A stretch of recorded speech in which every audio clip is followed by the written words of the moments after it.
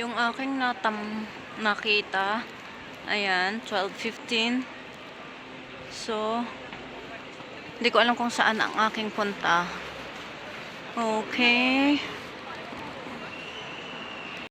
Tulad sa Pinas na may mga prosesyon dito. Pero, of course, present yung mga pulis. Andyan sila. Ayan na nga. Ayan, daming tao pero parang uulan siya. So, kakaiba dito, nakatakip yung kanilang nagpo-prosesyon. Hindi ko alam kung bakit. So, ayan guys, para mga Harry Potter. Dahil Good Friday. So, ayan, may procession sila. Ayan, naka-close itong street na to. Kasi magpo-procession nga sila. Ayan, habang hinahanap ko ang aking hostel, videohan ko muna itong mga building na actually siya, renovated or hindi siya old katulad nung iba. Nandito na ako sa Hotel Optimi Rooms. Ito mukhang maganda naman siya. Capsule hotel siya. So ito na nga guys. Ayan, the Ren Optimi Rooms. So nag-aantay yung kaibigan ko dito. At wala siyang ito na nga yung reception. 8 yung nila rating niya sa booking.com.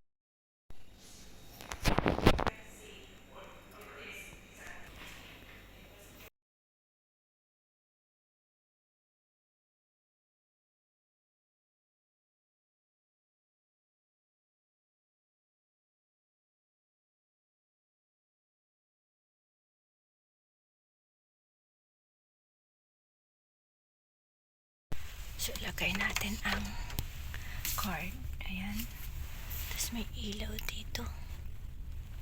Ayan. Umilaw na nga siya, guys.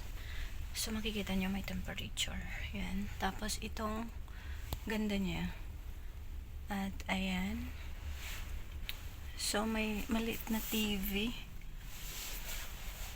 So, may free towel. So, sakto wala akong towel, guys. So, pwede mo siyang ilak. Ayan. Tapos yung shoes, ando lang siya sa baba. So, dalawa kami. Ayan. Ang ganda niya, guys. Mura lang siya, guys. Pero medyo mahal kasi ako ay na-late nang mag-book. Safety lock pala dyan siya. Ayan. So, USB. Kompleto siya. USB port. And may reading light. Ayan.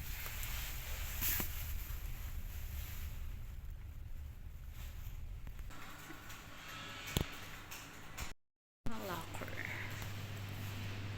Infrared locker. Ang linis niya, guys. Malinis siya. Pero mura lang siya kapag 3 nights 54 na. Pero 2 months before kami nag-booking ata. Kaya mahal yung amin, 80.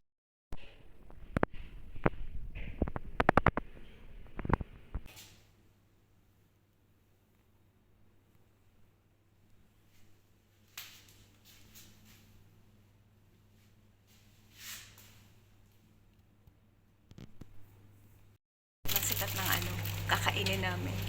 Nagdala akong ulam. Picnic. Bahala siya magutom. Ako okay na sa bread. Guys, pwedeng maglagay ng food dito.